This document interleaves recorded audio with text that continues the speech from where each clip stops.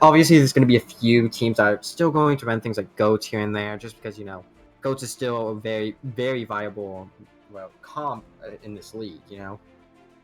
So I'm really interested to see this as well. Yeah, I am definitely excited. Are there any players that you think we should be watching for in this one, Fuku, on the side of power naps? Definitely, like I said before, Alice is a big threat. Hobo specifically is a good flex DPS. I don't. Koyazo is a relatively new player, so I don't know much about them. But Dope Waffles, I think that's his name. Yeah, Dope Waffles. If I remember correctly, he's a pretty good main tank. So in my opinion, those are going to be some definitely threatening kind of players that you need to watch out for. Especially Alice on that Widowmaker is going to be absolutely insane. Maybe some double sniper play going to be coming out from power naps. We saw a little while ago. Let me see. Let me check my paper. I believe it was Helios. Yeah, Helios. They had Shyactic a couple days ago when they played Love Shack. They were running that double sniper composition, and it did not work out very well for them. But some would argue maybe communication, DPS focus. Love Shack also played absolutely insane that game with Tex, hitting tons and tons of headshots with that Hanzo. So I guess if we do see a double sniper like that, maybe they'll be able to execute it, or maybe double sniper in this new 2-2-2 meta, it's not as strong as it may have once been. I mean, in my opinion, double sniper is still a very, very viable comp. It really just depends on what the enemy is running, because double sniper is really good against bunker comp in certain cases. It's really just a matter of what kind of maintain you're personally running and what kind of comp the enemy is running. Because if they're not running that Arissa Roadhog kind of combo, then Hanzo not being able to spam out that barrier and just destroy it, allowing the Widowmaker to get picks. If they're just not breaking the barrier, then Widowmaker isn't doing anything. That's just how it is. So it's a decent comp, but there are better ones, most definitely. Yeah, I know. I've been seeing a lot of bunker compositions, especially with Ashe. Ashe seeming to come back into the meta. I don't believe any changes are coming to Ashe, although I haven't been that caught up on the PTR changes. I know that Mei is starting to get played a lot in the pro scene as of recently, apparently, according to Sideshow earlier today. And he had his podcast. He said that Mei is the most picked DPS in pro scrims right now, which honestly is something that I never would have thought that would be like all of a sudden, oh, let's all just play Mei. Just kind of came out of nowhere. Not sure if any changes happened there, to be honest. But I hear Mei. I know that Arissa Hog's becoming popular. And personally, my teams that I coach have been saying a lot of, they think that maybe Clockwork might become meta with that Torbjorn. Although the composition can be weak to Pharah if that Roadhog can't hit those hooks. So yeah. Definitely, that might be something we see. Probably not. It's a little bit of a composition you need to practice more before you can feel confident bringing it into pros. But the Pro League, we've seen Valiant run it before, and we've seen hearing that teams are running Mei. I'm like, I think my Swedish boy is gonna maybe be seeing some play. But especially with that Ashe as well. I'm excited for the Ashe because really the hallmark of an Ashe is how big can your dynamites be? Can you hit the shots as well? Just like even body shots, just constantly hitting. Her sniper, very different from Widowmaker's sniper, so it can be hard to just come from playing Widow or Hanzo into being an Ashe player, but people who can aim with Ashe, who can hit that 5-man dynamite consistently, I mean, that's like 6% ult and a lot of damage for every person it hits, and it can just eat teams alive. Yeah, most definitely. Ashe is just really good. She, spam from her dynamite alone, it can go over the barrier really reliably, especially if it's something like Arissa, where Arissa can't turn a barrier like Reinhardt, So that just means that it's just free dynamite, Every single time you hit that dynamite, that's even if you hit only, maybe 1 or 2 people, right? That's a solid, 10% ult every time, at bare minimum. Yeah, and if you get, a massive teammate thing, that's, half your ult instant. Definitely. I mean, we've seen some pretty quick bobs being built lately. Again, going back to that Helios and that Love Shack game where they really showed me how powerful a double sniper with Ashe. We're so used to it seeing the Widow Hanzo, but with an Ashe Hanzo or an Ashe Widow, I mean, we saw Lita just literally throw a bob out, build their ult within another 30 seconds. If you can get a bob every, in 30 seconds during a fight, absolutely insane. I mean, the Bobbas himself, he may not get the most kills in a competitive environment as much as in comp itself, you know, with people being more aware of the Bob, being able to play around the Bob better positioning and stuff like that. But definitely it's like, I can see, like, you build that Bob so quickly, it's not only is it unexpected, but it denies sight lines. And you throw it on the cart's contested, and, you know, if the fight is scrappy, you don't have the resources to deal with that Bob. You can't contest the point, and that gives the defenders who have died time to come back, or offense, on the other hand. I mean, it really can be used so well. Yeah, the only thing, like, the big thing with Bob is that, you know, if you just throw it out, you know, out of nowhere, then it doesn't give ult charge. So, like, so really at worst, you're just throwing like, what is it, like 1,200 HP body onto the point, and at best, you are taking away so much space, taking away so many sightlines from the enemy team because they have to be wary of that Bob. You know, like, and really, Bob he's not one of those ultimates that you build so fast, but he can also get so much value. Maybe not even in kills, but again, just with sightline and point pressure. Yeah, even if it looks like Bob's not doing anything, we can promise you he's doing something, whether it shows up in the kill feed or not. I mean, the only thing that I'll be interested in this game, though, is how much Raiden Zarya will be run, Winston D.Va, and Orisa Roadhog. What are the new tank compositions coming out? Because I've seen a little bit of everything. Mostly Orisa Roadhog, but I've seen other comps as well. I do not see Raiden Zarya that often, at least not at the moment. Now, I do see Winston D.Va on certain maps, but honestly, it's still mostly bunker at the end of the day, because that is the best kind of 2-2-2 comp that we currently have in the meta, you know? And dive, it can only really work on very specific points, especially points with a lot of high ground, like second point Eichenwald or Gibraltar, second point and first point. So really, it just depends on the map. It depends on the team, what they're more comfortable on. But I highly doubt we'll be seeing that much Raiden Zarya play. Just to be completely honest with you. Yeah, I mean, maybe Kings, but even on defense first point, I've been seeing teams going for that bunker-esque composition. But we're going to be getting into it now. Finally, the wait is over, and we will be watching as Power Nap and Match Tranquility. We're going to be starting on good old control, good old Li Jiang Tower.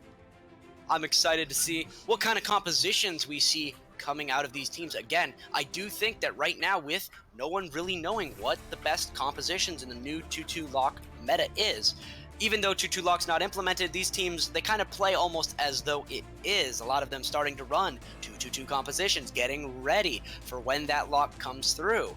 So I love that teams are not just running goats because it's still allowed, but actually like swapping onto these dive compositions, these 2-2-2 compositions.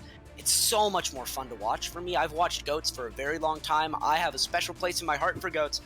But I mean, I have missed the Widowmaker duels. I have missed, you know, the McCree and Soldier 76 changes and all of that. I love watching that dynamic of watching the tanks, the DPS, and the supports work in their pairs. Yeah, Mass Tranquility and Power Naps, like, they will both seem to be running the dive comp, which I honest to God am not surprised of, because, you know, we were talking about 2-2-2, and this is like a really good map for dive in general. Although I find it interesting because Mass Tranquility are running the Hammond instead of a D.Va, and along with a Sombra. While on the side of Power Naps, they are running Alice onto the McCree, so this will be very interesting to see. Yeah, very interesting. We can see both teams going across bridge, but Mass Tranquility is going to be able to pressure Shalali Dog. Gonna get a double boop, a return onto Skeletor, but Shally with a third onto Fern will grow. A fourth already, and that is how you open a series. Capri Potter gonna finish up the Mercy, a res onto Skeletor. They've got all 6 left, but that's going to be immediately going right the way of Mass Tranquility. What even happened? Yeah, just like an absolute massive boop coming in from the side of... Oh. Oof. Yeah, Skeletor down again, getting a little bit over-aggressive. He's getting punished by Rich Hobo. Not a name that we see too often. We see Leaf pressuring another boop onto Fern will grow. I don't know why they keep going over this bridge and they're just letting themselves get booped, but Rich Hobo with 2 more bonded the tanks. Mirror and Gabri Potter down. Alice is going to shoot Shillelagh Dog out of the way, and Rich Hobo with a 5th. Another one onto Skeletor to clean up. Alice going to get the flashbang headshot onto Leaf, and it'll flip right back. Man, I don't even know if this is evenly matched yet. It just looks scrappy. Yeah, like I said, like, they really, like, PowerNaps, they have a lot of DPS talent. That's honestly where a lot of their play comes from. And really, like Lone Hobo, he just got in the backline. He was able to just spam constantly, and they just didn't punish him. With the Mercy just hard pocketing him, allowing him to just survive through everything. Yeah, very true. We see Skeletor has swapped over to the Zenyatta. Not going to protect him from the far, though, as he gets picked off pretty early. The fight goes very, very heavily in the side of PowerNap, but it's still only 34 to 32%. We've got Bomb, we've got Primal, we've got Nano, we've got everything except for Valkyrie coming up on the side of PowerNaps, where all we have really, we have EMP, Barrage, we have Valkyrie, we have Winston. We've got a lot of ultimates here. I'm really going to be watching to see if Skeletor gets picked early again. He seems to be, I think he has 4 deaths now on his team, with the rest are sitting at like 1 or 2. It's a tough one here. I'm interested to see, though, who will barrage first. That will often decide the fight. EMP comes out from Leaf. It's going to hit 4. It's going to allow for a barrage, but they're actually going to be the ones dying. They return back 3 as Leaf and Horse aren't apparently needed to clean this one up, but a lot of ultimates are used. I think 3 ultimates used. Very difficult. Only Anna and Alice's McCree ult being used, but wait, it's going back. Ping Central onto Mirror. Gabri Potter gonna kill Fern will grow. No healing left in the point, but there is a Diva Bomb. A Transcendence will come through, but it will not save Leaf from that bomb. Bomb's going to get a kill onto the Sombra. No Sombra means no hacks, no denial of those abilities. Ping with another one onto Skeletor, dying his 6th time already this game. Horseface gonna die as well. No support. Shillelagh Dog gonna get his counterpart in Alice. And ultimate's going to come off from Rich Hobo. He's gonna get Shillelagh Dog. They're gonna trade actually. Dope Waffles onto his counterpart of Gabri Potter. Dope Waffles gonna get Leaf. Gonna get Mirror. And this one looks like it's going to be going the way of PowerNap. Very, very scrappy from both teams, but PowerNap able to close it out at the end. Ping Central just popping off. Yeah, Ping Central was able to just get in there, like barely touching time because of Fern. Fern will go just surviving for a little bit longer, and Ping, he just didn't get punished. He was able to contest that point all the way until Dope Waffles, Rich Hobo, and Koyaza were able to come back and just absolutely destroy that point because the other team just didn't come back in time. Samba, she came in a bit late, a bit afterwards, but she immediately died, and you know, without Samba, that was pretty much the biggest strength they had on their team as Tranquility. Like, without that Sombra, they couldn't do anything against the Pharah. Pharah was just able to pretty much just farm and, you know, just destroy them. Yeah, especially with Skeletor dying. I think 7 times that game already. That's one map. I mean, we're looking for more like 4 to 5 deaths usually in an entire map. On one point in its own, he's already died 7 times. We're already going to see the swap to Onagoat's going to be coming out from PowerNap. They want to close this one out quickly versus the interesting composition coming out. It's going to get Rich Hobo, however. Gabri Potter going to get that kill onto Ping. Ping is now down to Leaf. Some pretty good picking apart of this composition coming from Mass Tranquility. Shillelagh Dog getting another one. He's probably been the best performer for them so far. Skeletor, he dies again. They're off the point. They're not capping the point. Are they going to be able to get back? Yes. Leaf is going to touch quickly to cap the point, and they're going to clean up the tanks. But again, it wasn't clean, and Skeletor dies again. That's 8. I'm keeping track. I've got a tally on a pad right now. I mean, it's really bad if he's hitting double-digit deaths. Yeah, honestly, like that is pretty bad, especially at the beginning. But oh my god, I do not get a big shatter, a nice high noon return, but going to get defense matrix and shielded. Skeletor down again. That's 9 deaths. Ping Central gonna pick up on Leaf with an advantage as a GOATS composition in Heroes. I almost don't see how you lose this. We see the Ana getting pressured a little bit in the back. Fern will fall actually, but on the point, Hanzo's getting beaten out. Shillelagh Dog not gonna be able to clutch this one. Alice is going to finish him off. Gabri Potter going to die to Dope Waffles, so it looks like it's going to flip over. Again, not that clean, but there we go. Now it's coming through. The kills are coming through. No more staggers, no more drawn-out fights. The GOATS comp will take, whether you like it or not. Yeah, I was originally going to say that the reason why PowerNaps lost that fight was because they didn't go in aggressive enough onto the enemy's comp, which honestly, they don't have the power or the sustain to stay alive through Ana Goats just diving onto them. But then immediately afterwards, I was wrong, and then Dope Bubbles just had a massive shadow and was able to go in aggressive, which then just got the kills onto the DPS. Even with Flynn with Rope being picked off by the Winston in the backline, it didn't matter because they had already pretty much won the fight. Yeah, we see a swap over to Moira Goats coming out. That Diva Bomb, unfortunately, not going where he wanted it to, but it is still going to get Gabri Carter. This Goats mirror, who do you think that you would favor in this Ana and Moira composition? As a giant anti comes through. I would definitely say Ana, most definitely. Like, Moira Goats has died down a lot. You haven't really seen much Moira Goats anymore because it doesn't have the utility that something like Zenyatta Goats or Ana Goats has. Ana Goats is, in my opinion, the most powerful version of Goats in the current meta, purely because of the fact that Diva is so much weaker than she originally was. And you can really just spam anti, like, get away with so much. Speaking of antis. Yeah, a nice anti coming out from Fern will grow. Another big anti. Really, these Anas, they've been hitting big antis at least. A nice beat coming through to counter that shatter that came out from Gabri Parter. Koyaza doing his job. We see also coming out all over the place. Rallies from both sides. Nano coming out from Fern will grow. Going to be able to put that one out. Alice going to be able to get a kill on Gabri Potter and eat from Mirror of the grab, and then a double boot by Skeletor, showing us that he is going to be able to survive. Getting another kill, Shillelagh Dog and Skeletor both gonna die. Short-lived, shouldn't have said anything. A little bit of a caster curse there. Gabri Potter is going to get a kill. Horseface killing on Dope Waffles. Leaf gonna get Richard Hobo. Mirror cleaning up on Alice. It's gonna flip back at about 99%. Ooh, they cannot lose another fight.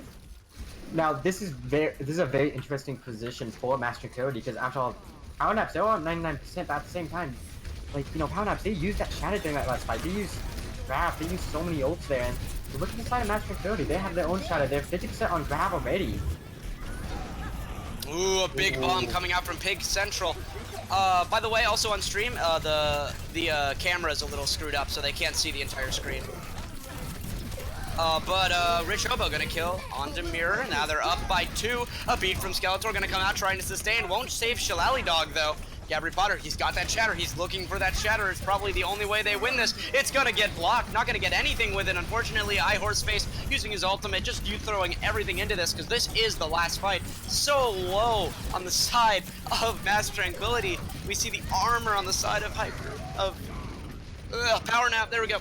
Rich Hobo going to get 2. Dope Waffle is going to clean up. This looks like it's going to be a flip all the way around. Ooh. Nano onto Rich Hobo. Dope Waffle's going to get another one. I mean, we love to see the raid boss, the Nano Brigida, going to kill Skeletor for about the 13th time this map. Leaf just trying to get into the point. He's getting body blocked off, but they are going to be able to contest. A bomb from Ping, just trying to zone everybody off at the point. Gonna get Mirror. Gabby's down, and that's going to be the map going to Power Naps. That was such consistent and good play from Dope Waffles and Ping. They just seem so coordinated, especially on that Goats composition. Ping just pretty much yeeting his bomb in, and then, just Dope Waffles using that chance of space to go in aggressive, and even if the bomb didn't get kills, which it mostly did, he still was able to just, go in and go in aggressive, get those kills himself. And, it was just great tank play from them. And first map with Rich Hobo, it looked a bit messy at first with, Shirley Dog getting that massive boop at the beginning, but, one individual play at the beginning does not decide the entire round, and, like, Power Naps, they did good there. It's just that simple. Yeah, I mean, we really saw that they seem to have a better grasp of their compositions, and their compositions just seemed a little bit more effective. Like you said, that Ana, much better than a Moira Goats in that position. The versatility that she brings with the anti-nades and the sleeps, pick potential goes up. She just has so much more that she can provide along with the healing. That little bit less of group healing that she provides, I mean, other than, of course, Nade does basically the same thing. That little bit less healing that arguably the Ana provides, it's just not enough of a reason to run a Moira. And you could see in those Goats mirrors that happened. But I want to talk more about those 2-2-2 mirror compositions. Why do you think that went the way that it did in the favor of Power Naps? I would definitely just say probably just a slight lack of coordination from Master Tranquility and Power Naps. Don't get me wrong, they weren't exactly the most coordinated there either. The fights were very scrappy. You could just tell that targets, it almost seemed like some people were on different targets, but that didn't really matter because Master Tranquility, like, they had a slightly different comp, and they had the Sombra versus, well, Power Naps McCree, and usually you'd think that would win out over McCree, right? But especially since Alice was just getting booped off the map constantly, he was getting focused hard by Gabri Potter and, even the Sombra on the enemy team. They really did shut down Alice. And the fact of the matter is, like Gabri Potter, he played a really nice Winston, in my opinion. No offense, Dope Waffles, but Gabri Potter played a better Winston, in my opinion. But it didn't really matter because they just really lacked that target coordination to get rid of that Farah. Farah was just in the back line constantly, just spamming, and even whenever the Sombra would hack her, she would just be busted out because of Diva DMing her and Mercy being on her. And you can kill through that if everyone coordinates onto it, but they just didn't coordinate hard enough onto that hack target. Yeah, I definitely agree. Follow up on hack targets was not something I saw a lot of, but also I do feel like they played better against the Pharah. Both teams played fairly good Pharahs, but the Pharah play was more in the favor, I would say, of Power Naps. Not necessarily in the individual play, but in the way that the teams played against the Pharah. I feel like Power Naps wasn't shut down as much as Mastrans. But again, those teams both looked very, very scrappy on that composition. Looked a little bit more together and confident on those GOATs compositions. But in the end, versatility will win out, give Power Naps the first win. But fun fact, you want to know a fun statistic, Fuku? Yeah, sure, why not? If in Overwatch League, if a team wins control first, they actually only have a 48% chance to win the series. So teams that win control actually usually lose the next 3 maps. And we saw that with Banshee played a game against Haliclores Bivitus in Division 1, where, I mean, they are like the top tier team in Division 1. They were undefeated, but they ended up winning control and losing the rest. So it can happen. So control definitely, it was a performance. It was a 2-0. I wouldn't say it was very one-sided, but it definitely does not mean that this can't be a comeback. As we go in to Rialto, one of my personal most hated maps. I hate environmental maps. I absolutely love Rialto, in all honesty. I find it probably the most well-designed newer maps that they have released in a long time, in my personal opinion. Like, after all, they've had many, different maps, like Horizon, Lunar Colony, Paris, Blizzard World. Like, a lot of people like Blizzard World, not for me personally. It just annoys me, but I love this map because this was, like, one of the original maps that you could still run dive on, even back during the GOATS meta, It was one of the few maps that you could effectively do it just because of all this high ground. But now Yeah. you see a lot of bunker from the defense on attack. You also see a lot of bunker, in all honesty. Speaking of bunker, it looks like we're going to be seeing some coming out from Mass Tranquility. I mean, I'm excited. We're seeing the Torbjorn. We're seeing the Orisa Hog. This was the composition we were talking about.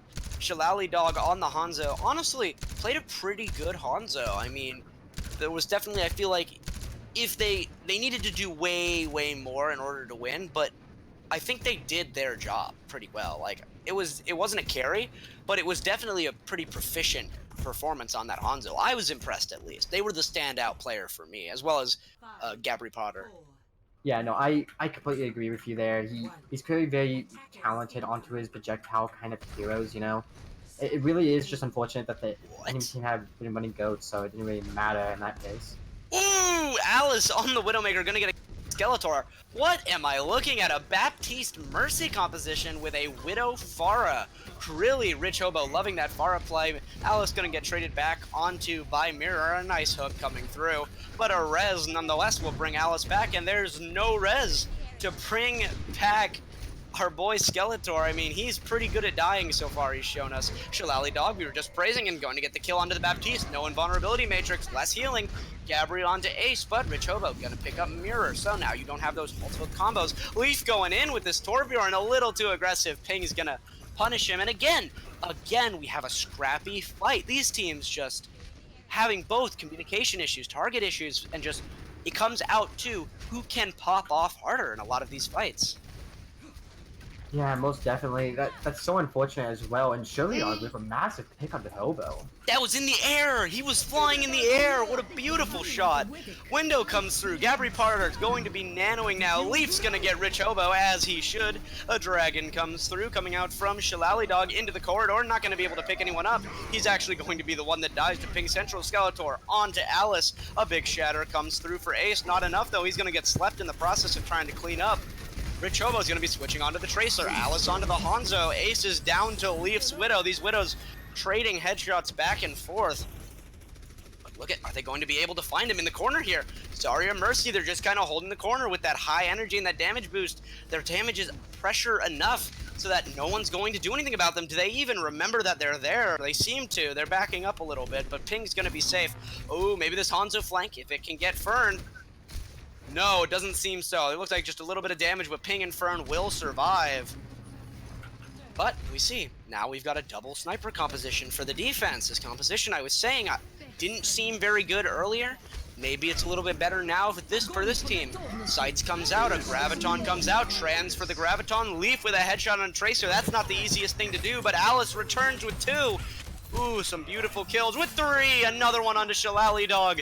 Beautiful, beautiful Hanzo play. Rich Hobo's gonna get rezzed, and that looks like it's going to be the fight. A recontest might come through, but definitely not a successful one. Yeah. They're actually might be able to save this though. The whole hog reposition. They got the 6 people there. They got another nano on the Gabri. Really like this nano Orisa, and 2 kills go their way. Leaf and Shillelagh Dog going to be killing. There's no Hanzo, there's no Ryan, now there's no Zarya, and that's a backup for the offense. Ooh, now there's only the Ryan and the Mercy here. Neither will get out. 60 seconds left, and they managed to get that last second contest. That Orisa, even down players with that Fortify and the healing, the nano boost, able to sustain long enough to where she could actually stall the cart, even with that big of a player disadvantage. Beautiful play, beautiful understanding. Yeah, really good like Roadhog and Onyx play together. You know, they were able to just contest the point until everyone else got back and force the enemy to reposition with that Roadhog ult. Just really good play, honestly. But now, you know, they're coming up on Ping Central. Alex ACB being picked off early. Ooh. Leaf with another kill onto Ping Central. This is looking like a reset, but they've only 15 seconds left.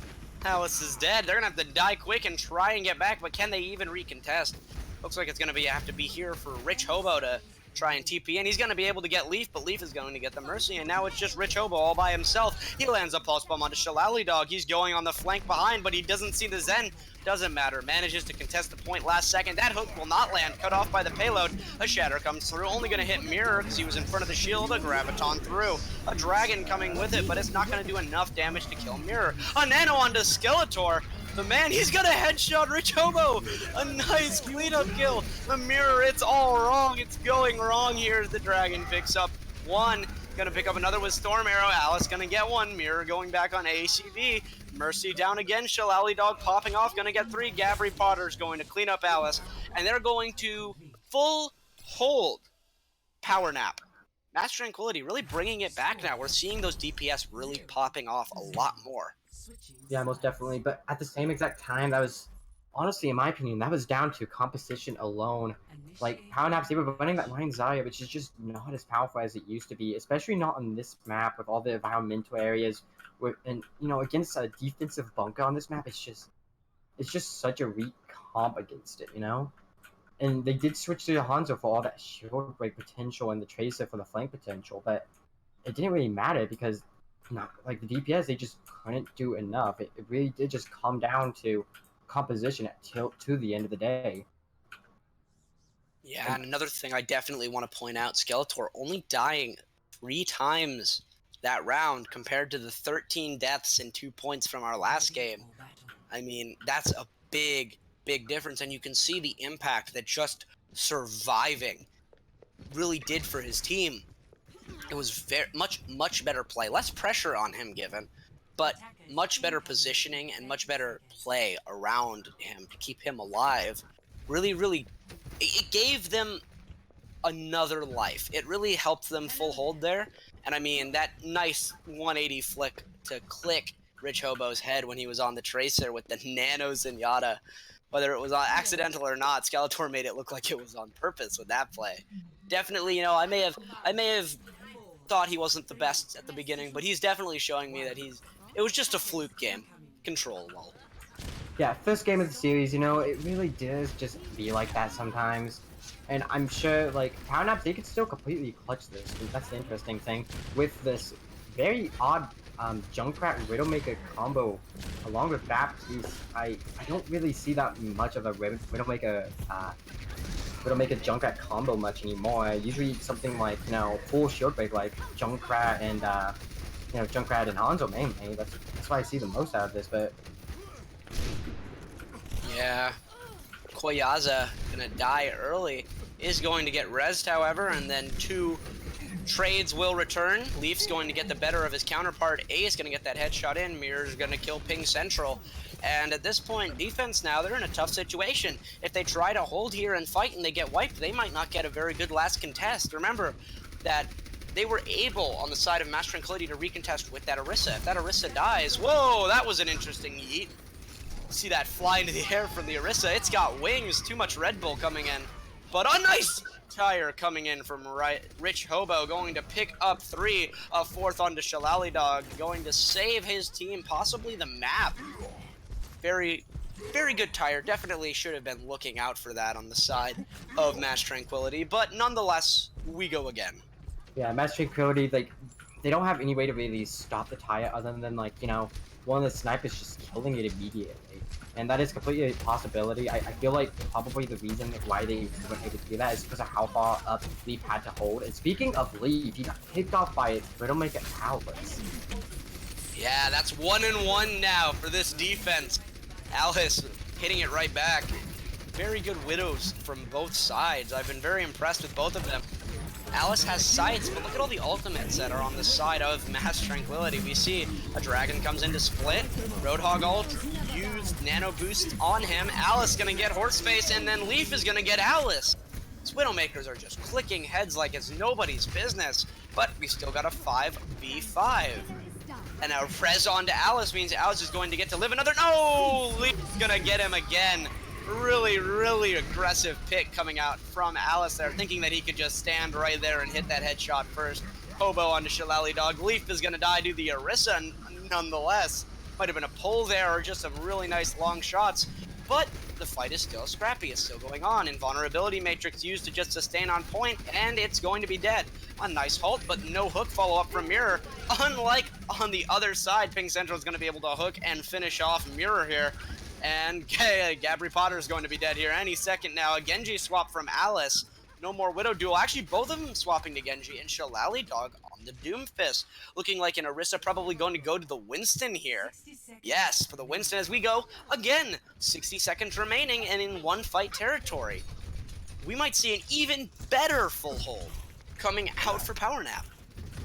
Yeah, especially since Mass Tranquility, they switched so late into the game at this point. The likelihood of them being able to build up ults, because they at most have maybe 2 fights, probably only 1 at this point with how slow they are going on to point, going onto that massive flank.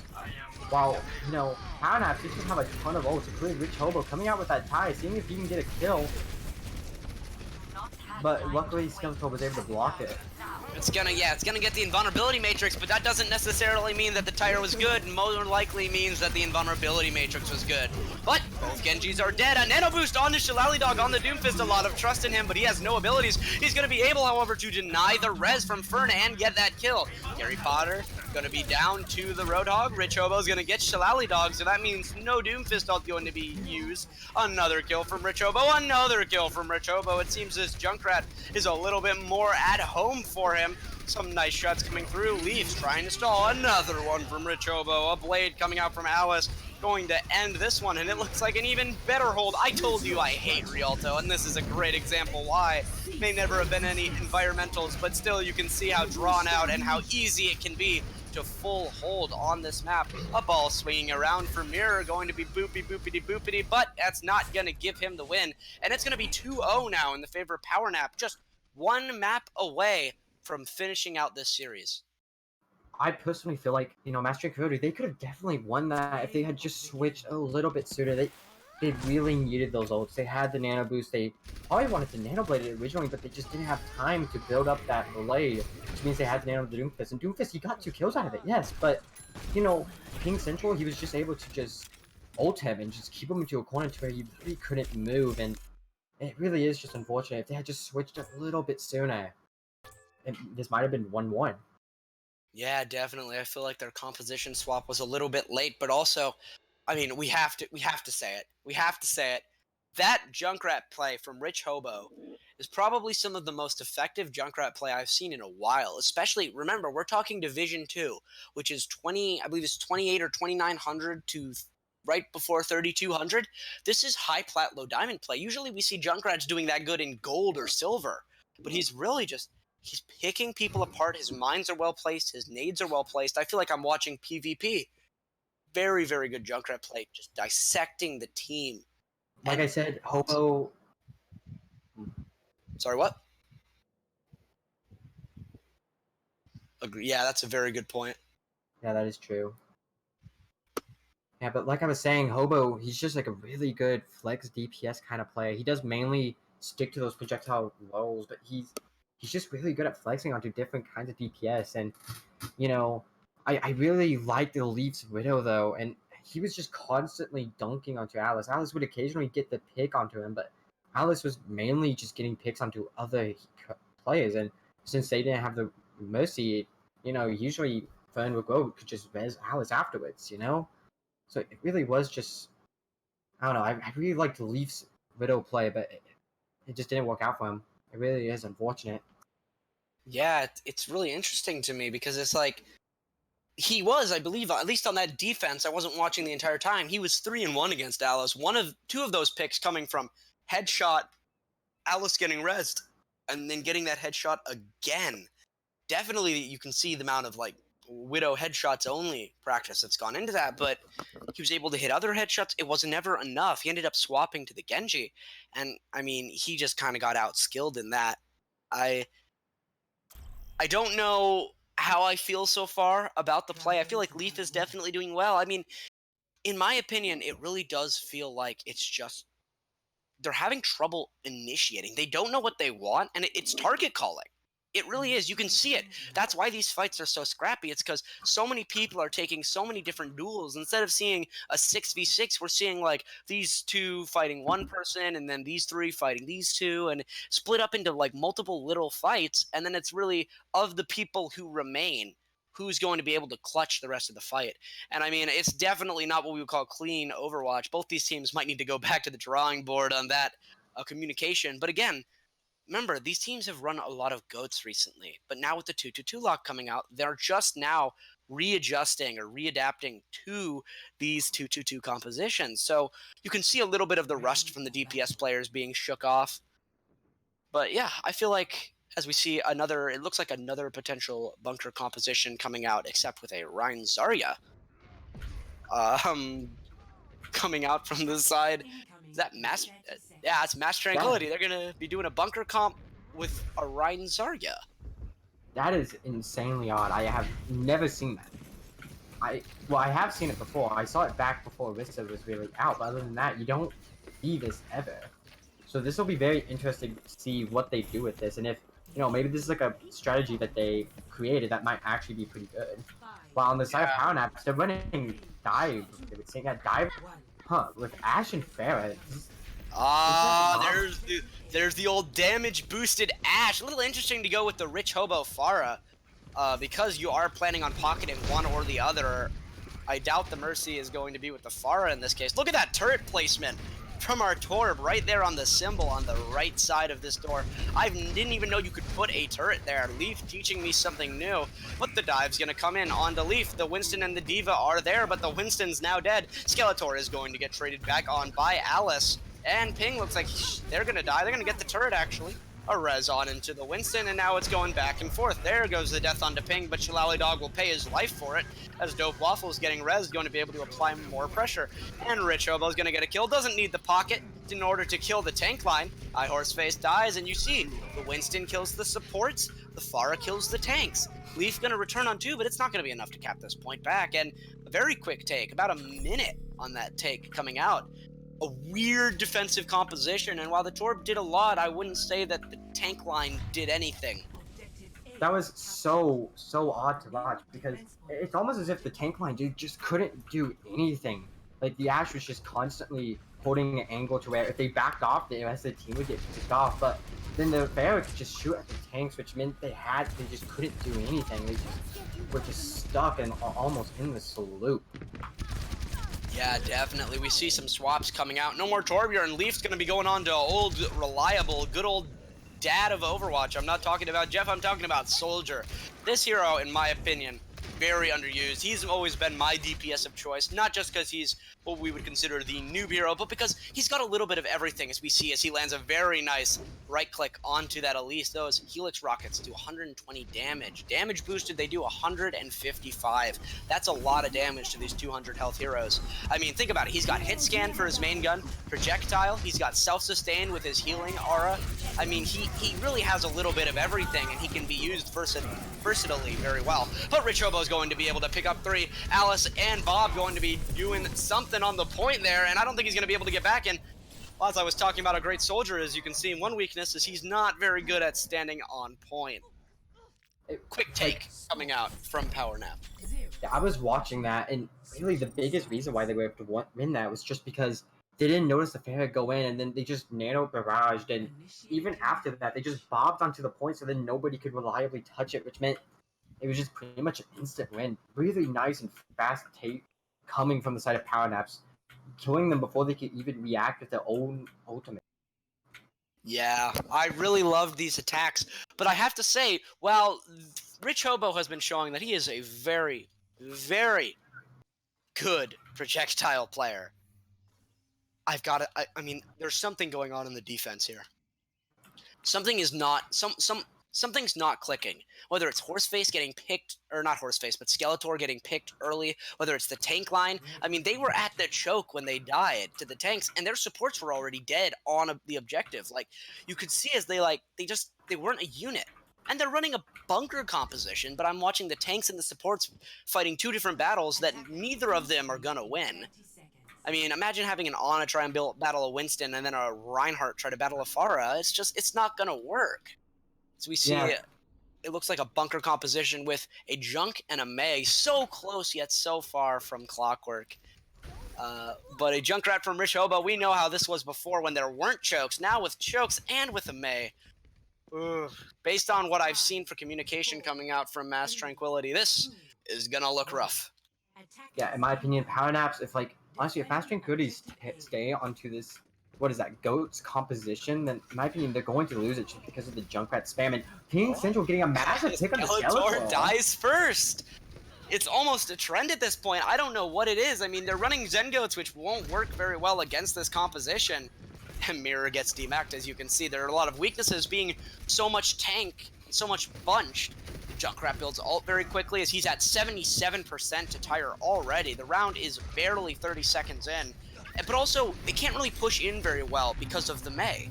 I do wonder about this positioning, though. Having the bunker on the low ground, Gabri, dead, easy cleanup, and now they can't engage again. I really, really think they need to pull out a pharmacy right now. Just give up with this comp. Yeah, Goats is just not going to work here, especially with how aggressive the positioning is coming from Power Naps. Like, usually you'd expect the team to defend up top, which allows Goats to really just, kind of go into point or go into them around, They don't have to deal with this whole bullcrap usually, So, really, and now we're seeing a Hammond switch along with like he was saying, and Doomfist! A triple DPS comp going to be coming out with my big boy, Mr. Punchy Man himself, and another soldier coming out from Leaf, all reliable. And then we see the Pharah. What matters to me is the pharmacy. What is interesting, though, is Skeletor on the Ana. Now, normally I wouldn't be concerned about this, but Skeletor's been having some trouble surviving, although Gabri Potter is going to be the one who's going to die first here. And then Shillelagh Dog will die to the Alice as well. I mean, at this point, Mei might as well just be called Alice. Alice been playing very well with their walls in this round. Ball, he comes in. He will not be going out, though. Mirrors get body blocked and is gonna die. I mean, this is just I feel like I'm watching a gold comp game. Yeah, it really is unfortunate that, Mass Transcendence, like they're just really getting held here. They don't know what to do. They go into it and like they just get shreked every single time. And look how many ults are on the line of like power naps versus Mass Tranquility. It doesn't like that's just such an ult advantage. More swaps coming out. Now they're running an Orisa triple DPS composition. Double sniper with a Junkrat spam. But again, this doesn't get the Mei. They have to get the Mei. The swap off of the Pharah, I don't think they have someone who's confident in playing Pharah. I mean, look at the ultimates on the side of PowerNap. 5 ultimates. They've got everything except Valk. I mean, it's not like they're going to need Valk for anything. Leaf going to go over to the Genji. What's the Genji going to do? An aggressive Mei ult coming out. Actually, this might be the only potential downfall is if they don't use this choke. And Alice is going to die. They're going to try and get a res on it. They are going to be able to get the res. And the Mei is going to be able to get out with a wall just to make sure there's no follow-up. Ooh, but Fern will actually run into the dragon. No Ana and no res attire to save us all. Going to be able to get Skeletor, but Koyoza down. Mirror's going to get that kill, only going to trade it out. Dopavel's going to trade out onto him. Some ultimates going back and forth. The Orissas will battle. Gabri will come out on top. A res going to be canceled, however, not going to come through from Horseface. Some trades back and forth. Shillelagh Dog's going to get Rich Hobo. But again, back and forth, back and forth, back and forth. Nothing very one-sided, nothing very, I don't feel like either of these teams are winning or losing these fights. They're just kind of clutching them. And another thing that I didn't even realize until now, Mass Tranquility has not gotten a point in this series yet. If they don't win this fight, they will lose this series without getting a single point. Here comes some more kills. Leaf getting a dash onto the Orisa. I don't know that it's going to be enough, though. We see Bongo, we see the good old faithful Nano, the Gabri Orisa. But again, kills coming through. Ping getting 2, Ping getting 3. He's gonna clutch this time. And Leaf is gonna die to the Alice. Ping with 4. Basically Roadhog's a DPS, and that's gonna be it. That's going to be PowerNap gonna take this series, and Mass Tranquility hasn't gotten a point. That really, really is unfortunate for Mass Tranquility. All these fights are just so scrappy, so messy. It feels almost as if there's just no coordination from like really either side. Like there's definitely some coordination there, don't get me wrong, but it's almost as if everyone's just kind of doing their own thing. Like there's just constant 1v1s happening across the map away from the team fight. This constant just so much chaos going on. Yeah, I definitely have to just in my personal opinion, I don't think it's even individual issues necessarily. I mean, Skeletor's getting picked early, a lot of these, but I don't think they're. Why didn't they go Pharah there? They had a Pharah, but they had their main tank playing Pharah. And then when they switched, they didn't switch to a Pharah. Didn't Shillelagh Dog play Pharah earlier? Yeah, they played Pharah on Lijiang. I wonder why they didn't pull out that Pharah there. I mean, into a Junk Mei, I feel like other than Halt Hooks, you're not really afraid of anything. Since we're on the topic of comps, I always felt like Mass Tranquility have always been kind of on the offhand of good comps versus power naps. It's really the only exception to this was First Point Legion Garden, where they technically had the better comp than power naps. After all, Alice on the McCree just constantly getting picked off, but it didn't really matter. And, Mass Tranquility, I feel like they just need to work on their comps and whatnot, because they run some weird stuff, and they also need to switch off a lot sooner, because after all, Rialto, they didn't switch off that. What was it? What comp are they on? They were on Widowmaker, and they ran a Widow, Pharah, Winston. Was it? No, Widow, Pharah. It was so weird. I can't even I'm trying to remember it.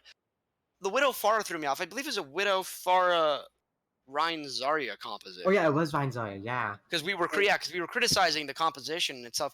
I don't know, man. I just feel like these compositions are just they're so ineffective, and they're just not what they should be. It feels like right idea, but maybe some hero flexibility issues. I feel like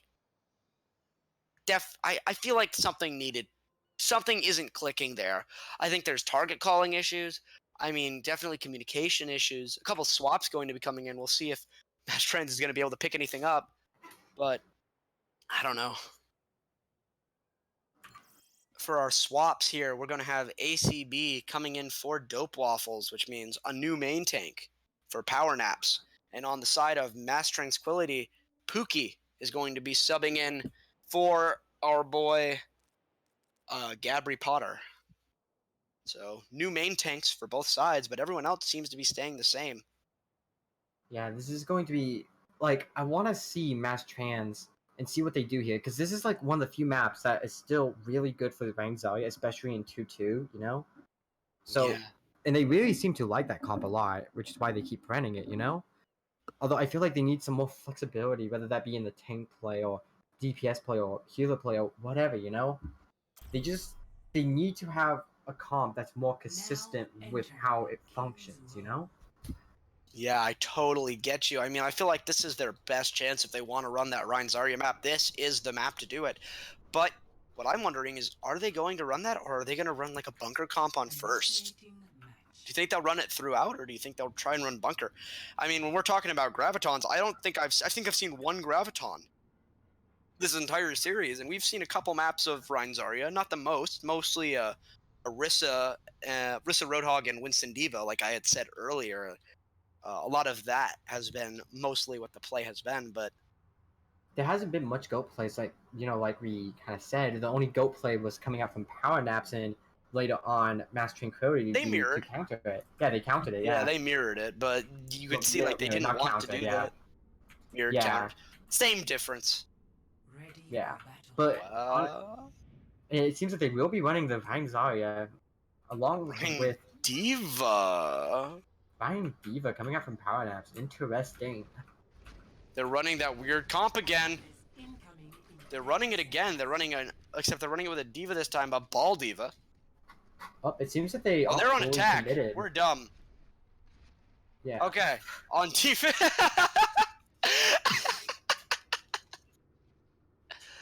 Yeah, it looks like a disruption comp, but on the defense here, coming from Power Naps, we've got, looks like triple support, but they're going to be putting in a McCree instead of a Diva, so a little better against Thara, but still that meaty composition that teams have come to love or hate over the last year. And it looks like we're going to be running our Rhine Zarya. We're running it again. Widow Farah, Mercy Baptiste. Don't forget to run this in your 6 stacks when you get on comp today, boys, or tonight rather. Yeah, I really like this McCree goats because you almost never actually see McCree goats anymore. It is a viable comp, weirdly enough, but especially against this Farah-based comp, so it'll be interesting to see what happens here.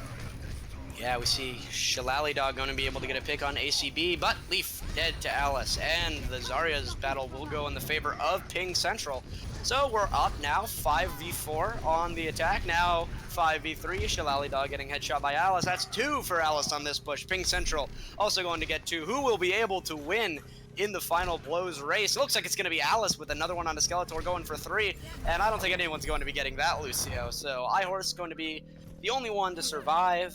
Unfortunately, the rest of his team not going to be able to do much, and 5:24 on the clock. That was a very, very fast take coming out from Power Nap. Yeah, most definitely. Like, oh my. That's a charge. Indeed. That's what we call a punish charge. Yeah, very good play, very good play. See, Leaf gets Rich Hobo, but Rich Hobo is going to get rezzed in a very safe position. Alice, again, applying pressure. One thing I am noticing, though, they are applying pressure from the same angle. Trying to shoot from different spots, but not really doing that much. Skeletor is going to die to Alice again. A nice beat's going to come through, but the barrage is going to be too much. High Noon not going to be able to save them there, as that's 3 for Rich Hobo, and that's going to be another fight. Going around the bend, there's going to be one last fight for Power Naps, it looks like. Or for Mass Tranquility to defend this. Yeah, Barrage just does so much damage, just completely being able to outpower that, outpower Horseface's, Lucio B. It didn't even matter how early he had pressed it because, it just completely shredded through it with damage boost Barrage. And right now, Alice really is just feeling himself under this renovate thing. Ooh, right as you say that, Leaf headshots him. The caster curse. I'm glad it's not only me. Leaf's gonna get 2. Pooskie's gonna get a charge. A nice shadow coming out from Pookie earlier. ACB not so favorable with that. Koyoza gonna get a kill on the Skeletor. Ping onto iHorseface. This is what I mean when I say I feel like they're just too scrappy. Like, I don't feel like you should be losing both of your supports at the end of that kind of a fight. Like, you're up 6v3. You shouldn't lose 2 more people. Well, what's odd about that specific fight is that ACB actually had a much better shadow than Pookie did. Pookie had only gotten the Zarya, while ACB had gotten both supports, didn't he? But then, like, honestly, they just won that fight ultimately because, you know, ACB just decided to charge in and go really aggressive, and I just don't think the Zarya was ready to go in that deep with them. Yeah, definitely. We can see Grav Dragon on their side, but there's an invulnerability matrix. They seem to have forgotten about the invulnerability matrix and the Valve. Oh, Leaf's gonna hit the flick shot. Alice is going to kill the Ana. Leaf's gonna kill Alice. Leaf coming into his own here on this defense. Not going to lose again. He's looking for the far, he's looking for the far shots. He's gonna have to SMG. Can he get Hobo? Hobo's missing shots, but yes, Hobo's going to get him and then die, so it looks like a defense is gonna be fine. ACB is going to get a Fire Strike kill, only traded onto Ping. He's gonna get a charge onto Shillelagh Dog, and now the fight is over with 3 left to tell the tale on the side of Mass Tranquility. They flipped sides on my notepad, so it's not fair. Yeah, this is just like so much, like just so many scrappy fights, just nothing really being fully decided until the very end, until like the last person dies, instead of it being clean and fast, like you've been saying. And really, I feel like PowerNaps has this next fight purely because of how powerful Grav is, and they are even coming up onto Hobo's barrage, so really, let's see what they could do with this. Yeah, I'm excited. We see another barrage for Rich Hobo. He's unfortunately... Oh, is he going to be able to get it in? Yes, he is. He's going to get mirror. He's going to get treated onto by Shillelagh Dog, but ACB going to get the better of the Orion battle, hitting a nice charge. Alice with a headshot onto Leaf. Switching over to that Hanzo. No longer up for the Widow duel, but they're going to finally cap decent drain of time there, considering, as looks like Horseface, is he going to be able to get out here? He's going to get Bubba. Oh, Pookie. Pookie charging out of the left door spawn right into the pit to go see his Omnic brethren.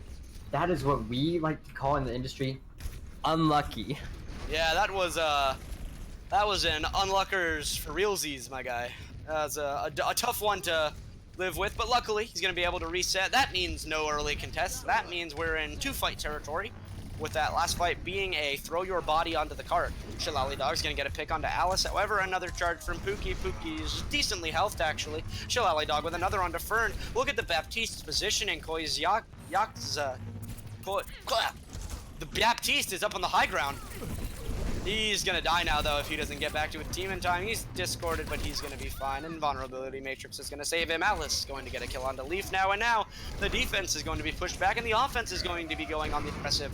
A shatter, risky, thrown over, not going to hit anything, but Rich Hobo is going to be able to kill Shillelagh Dog on that Tracer. Tracers on both sides. Actually, we're almost looking at mirror compositions, except for the support lines. So very interesting. We see Trans and Nano and Grav and Bomb being used, or Pulse Bomb rather, where really it seems Pookie gonna be able to clean up 4 kills there, build himself a Shatter. A Dragon Shatter might be a potential in the near future, but a defense is going to happen nonetheless. Yeah, honestly, if I was PowerNaps, I would be very happy about all this because, like, you know, they used 4 entire ultimates, like 3 of which being really, really high value, those being Grav, Nano, and Transcendence, all to win that fight, and they didn't even need half of them.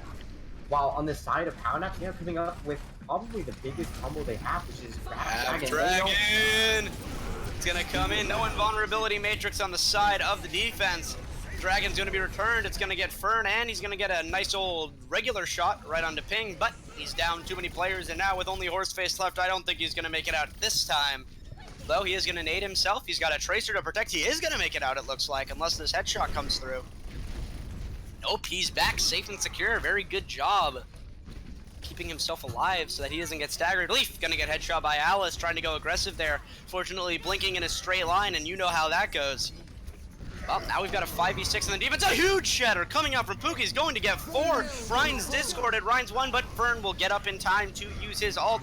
Koyozaka is also going to use that Coalescence, having been switched onto the Moira now. And it's actually going to get a kill onto Shillelagh Dog. 2 more coming through. Pookie's and Mirror, both dead. Nano boost onto the Zen. It worked out last time. Will it work out this time? Going for that Tracer kill again. He is going to be able to get Transcendence now. So he's going to be able to keep himself alive. Horseface, however, not going to be able to say the same. A May coming out, a ball rolling on the point, but going to have to detach because of that dragon coming out, and it's a scrappy fight. Shillelagh Dog gonna die, Mirror gonna die down to ACB as well, Skeletor down, Alice going to get that kill, Leaf's gonna get 2, this might be what they need to stall out enough, Leaf gonna die to ACB, but now you've got the ball, you've got the Moira, how are you gonna be able to kill everything in time? He's just sitting on card, he's just swinging, he gets a nice fire strike, but again, there's only 4 of them.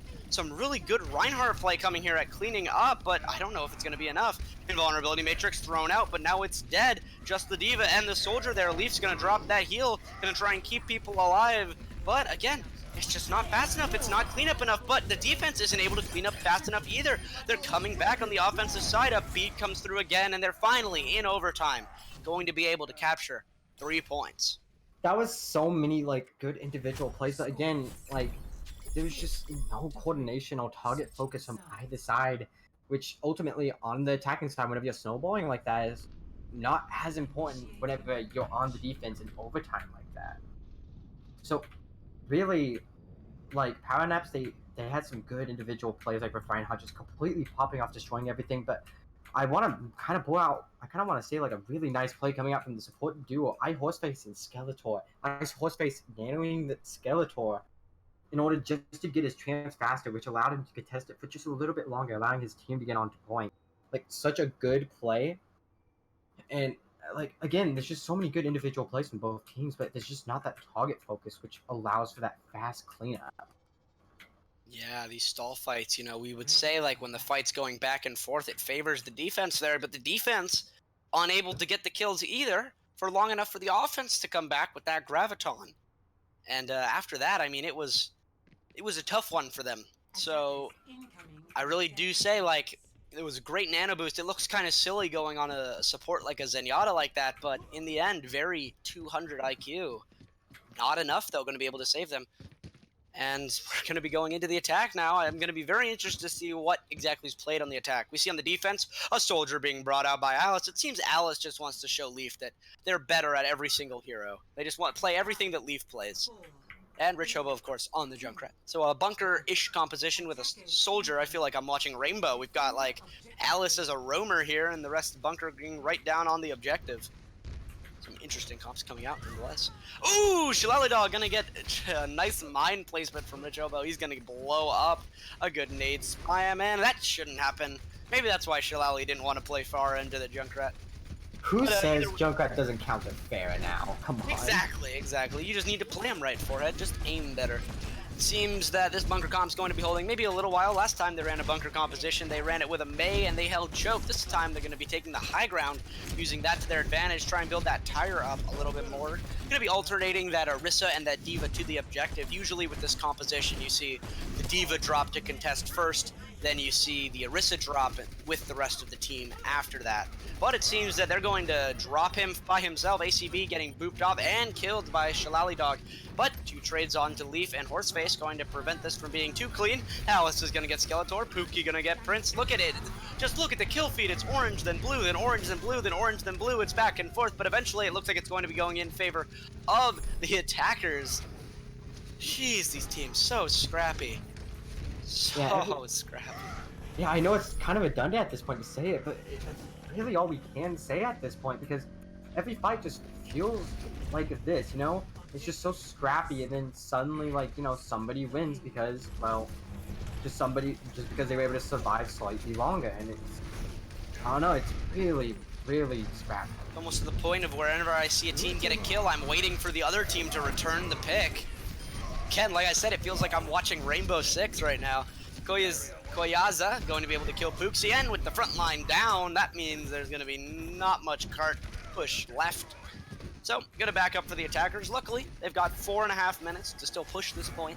And the other team, let's remember, Power Naps capped it in overtime. So, you've got 4.5 minutes to try and get it all the way, plus you get an extra, I think it's 1.5 minutes when you cap point 2, so, I mean, pretty nice. But another thing that we didn't even mention yet, as Leaf trades back and forth, look at that, another trade, who would have thunked it? Rez is coming out now, actually, I'll wait, I'll save it for after.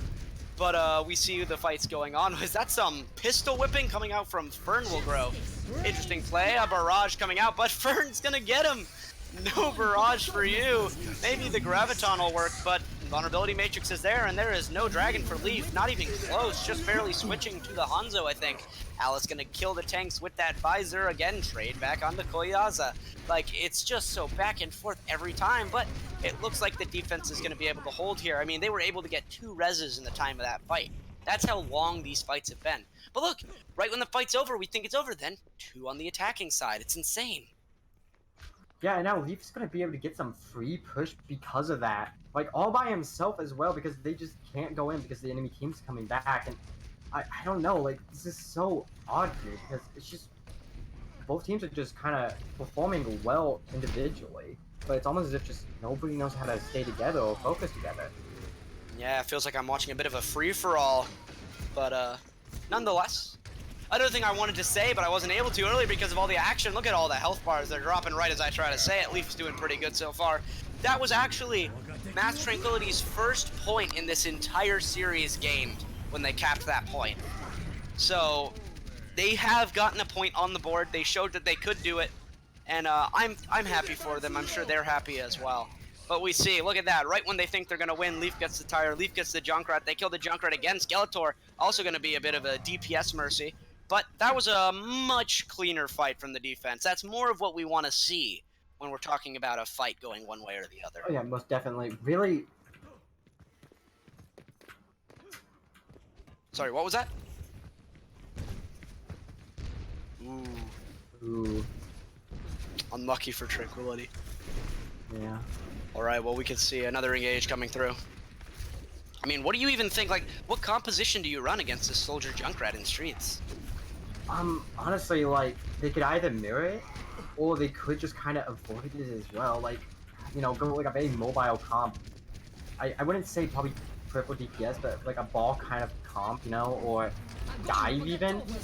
Or they could just do what they're doing now and just mirror it. Like, you know, it's just one of those things. Ooh. Unfortunately, Mirror is going to be grabbed and then shattered, nanoed, but not going to save him from Alice. But again, return 2, return 3. Leaf's going to be popping off now, but a shatter going to come up, going to help them clean up the fight. Leaf going to get 4 final blows in that one. Pookie going to clean up on Alice, and Leaf is making the space, but they just can't capitalize because it's so scrappy. Yeah, like Leaf, he's doing his absolute best, just getting pigs. He's just doing his job in a first-person shooter. Shoot the enemy. And, you know, like, he's trying his absolute best, and luckily they were able to capture the second point, so this will be a 3rd-point fight, but let's see, will this end up being, like, you know, like, will they be able to just snowball it into 3rd-point final, or will Power Nap be able to clutch it back? Well, let's not forget how this works on this type of map type.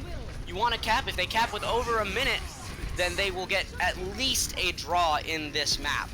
If they cap in under a minute, both teams will get time to add up until the higher team bank team, which would be them, is at a minute. So if they cap in 50 minutes, then both teams get, or 50 seconds, then both teams get 10 extra seconds. Or actually both teams go up a minute, sorry. If they cap in overtime as well, both teams will get a minute.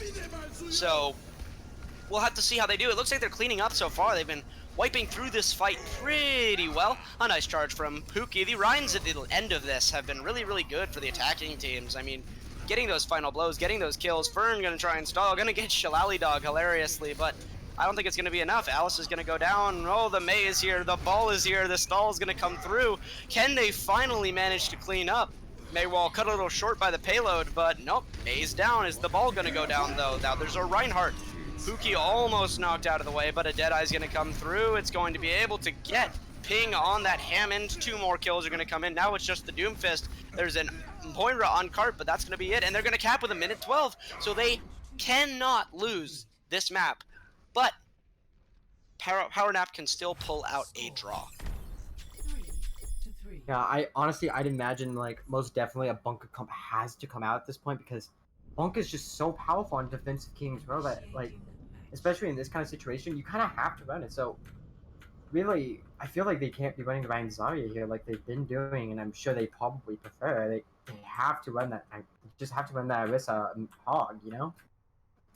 Yeah, we'll have to see what they go with. I might need, for all I know, they might run that weird composition with the Mercy Baptiste Farah Widow. They've been Yeah, that running is. that. I'm gonna call that our diamond competitive team. That I feel like that's something you'd see in diamond for a composition. You know, like a Baptiste Mercy. You've got that one player who's like really good at Mercy. They've climbed up. You know, they've shown that they're not just like a Mercy main who's been carried. They've really done their work. They've done their job. You've got that guy who's trying out the new Baptiste. The Zarya player who's pretty good playing with their Rhine tank buddy who sounds like he's 40. You know, and then you've got your Farah player and you've got your Widow player. I feel like that's a pretty diamond comp. Man, how I long don't have know. you been in Diamond for, friend, that you can describe it that detailed?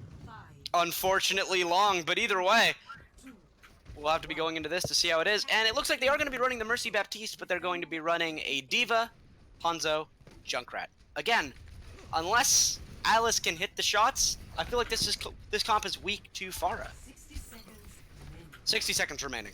And Horseface is already down, so will they back up? Will they just take this? I mean, so far, when your team gets killed, usually that means that you're supposed to kill someone on the other team until one team's out of players, but I don't know. No, it seems that this time around they will be waiting for Horseface to be coming back. Probably because, that's their hero. Yeah, very true. You're gonna kind of need him with this double sniper comp coming out on the attack. Leaf gonna get Alice. Leaf really trying to carry his team. He just wants one map. He doesn't want to get 4-0'd. He definitely doesn't want to get 3-0'd now. Alice gonna get rezzed. Mirror onto Ping Central. Horseface gets ACB, but again, the trade back. Rich Hobo's gonna get Skeletor. Died a little bit too much this series. Pookie's gonna get one. Look at that. Blue, orange, blue, orange, blue, orange. Back and forth. Leaf, he's gonna die to Alice, however, gonna break the pattern, but then Shillelagh Dog's gonna get one. Koyoza and Alice are the only people left on the point, and they are able to clutch it out, and it will be a draw coming out on Kings Row, and that means that Power Nap is going to win this series 3-0. Yeah, this is honestly, this game started out with a very scrappy fight, and it ends in a very scrappy fight again. This time for Power Naps, and also Mass Transcendence, with them both having a draw at the end of King's Row. Power Naps will win 3-0.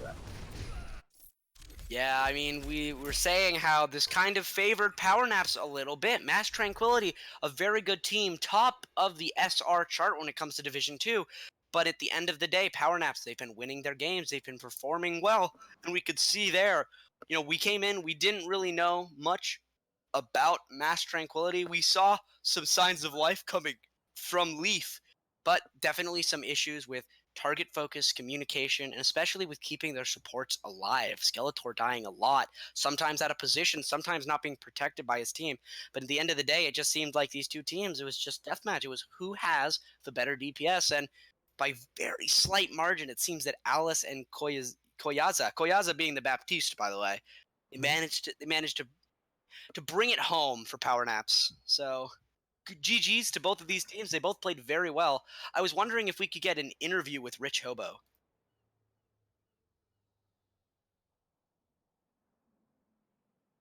All right, I want an interview with this man.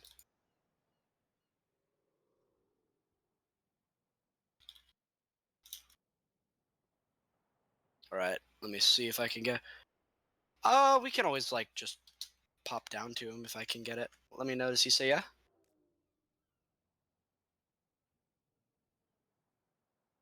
I asked him if he wanted to do an interview. I would have to find him in the server, though.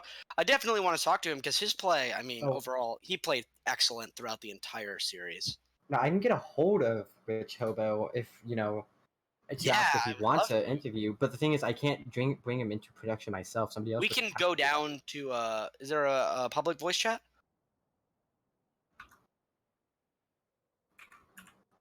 You know what? We can do that. Let's stick with Rich Hobo. I want to give this to the winning team. The winning team wins the interview. Okay. What channel are we gonna be joining? Whichever one I'm allowed to. Hold on.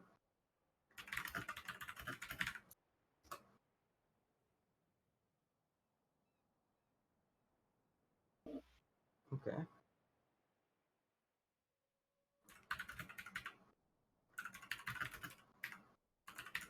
Yeah, sorry for the wait, everybody. This is not always the easiest thing to do, but definitely one of my favorite parts of the series. Okay, yeah, he'll be doing the interview. I told him just to join a public channel, so we can either do that or we can, have him dragged in.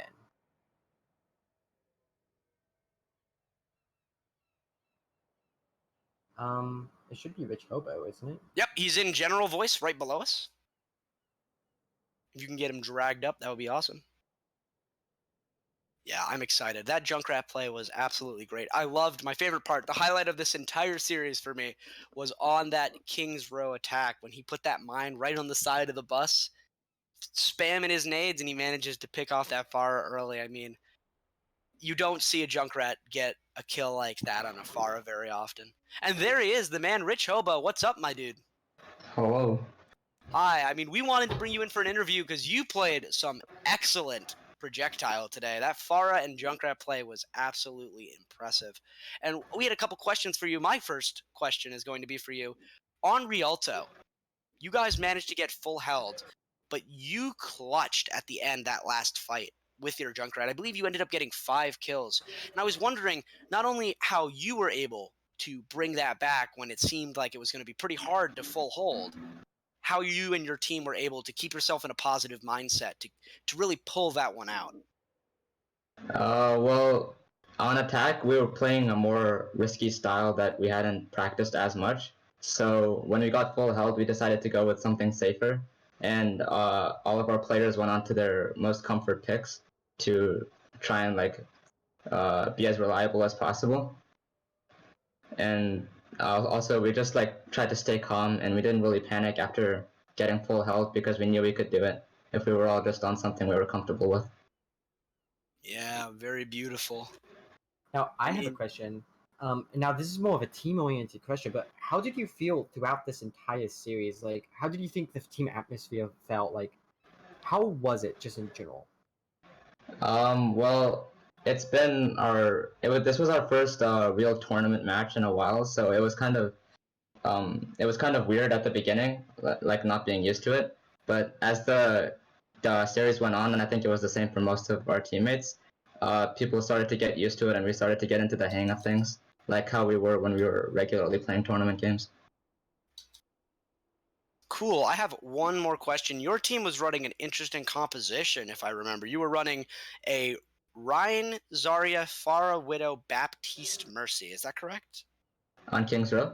Yeah, you ran it a couple times as well. I think you ran it on Rialto attack at first as well. Yeah. Is that what you meant when you said your team went onto their comfort picks? Because that is a composition that not only have I never seen, but it just seemed to work decently for you guys. Yeah, well, so what it is basically me and on Pharah, I'm a really comfortable Pharah player, and Alice is really comfortable on Widow. And then it's unorthodox as a composition, but when everyone is really good at their hero and understands how to play it, it can work well. And that's basically what it was. Yeah, kind of playing to your comfort picks, to what you're good at, rather than trying to adapt to a meta, especially when we're talking about a 2-2-2 lock meta where no one really knows what the meta is going to be yet. I mean, we just heard about the 2-2-2 lock, most of the entire player base at least, from that developer update a little, I think, under a week ago.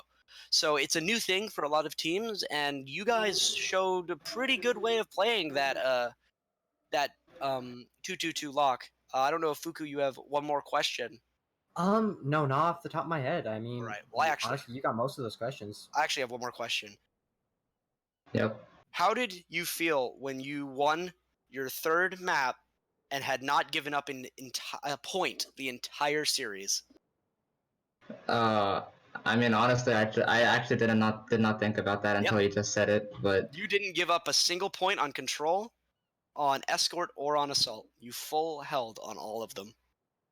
well, actually, now that I think about it, that's true, and actually that feels pretty good to think about. And after we won the third map, it felt pretty good for me and for the whole team. But I don't think we necessarily realized that we hadn't given up a point. But yeah. Yeah, definitely. Well, I want to thank you for coming in for this interview. It was really nice to meet you. Again, really, really great projectile play, my dude. Yep, thank you. Pleasure Yeah, being here. no problem, dude. But I think that's gonna wrap it up for this stream. I know there's another game going on. Does anyone know what Twitch that's on? Where that Twitch stream is going on? Lethal? There's another stream going on, isn't there? Banshee versus TG Virus? I see. Well, there's another game going on. Other Twitch channel for Revolution Overwatch. I'm not sure which it is. I don't know if anyone knows which server that's in. But definitely another really good game. I was happy with this game. I mean, even though it looked one-sided, you really have to watch it to get the full story. And both these teams, they played fairly well, but you could tell both teams have some things to work on, especially in comms and adapting to this new meta. So overall, I was really happy with the game. It looks one-sided from the score. It looks one-sided when you consider how it ended up when you look at just the numbers, but in reality, it was much closer than I thought. So I'd like to say thank you guys all for coming out and for watching and for supporting. If you haven't already, please drop either a follow. If you would like to support the community in a greater way, please subscribe. All of the money from subscriptions goes right back into the community. It goes into the money from the winning for the tournament. It goes back to casters such as me. So if you like me, if you like Fuku, give us money. Other than that, I'm Thoth God, and you're Fuku if you want to outro.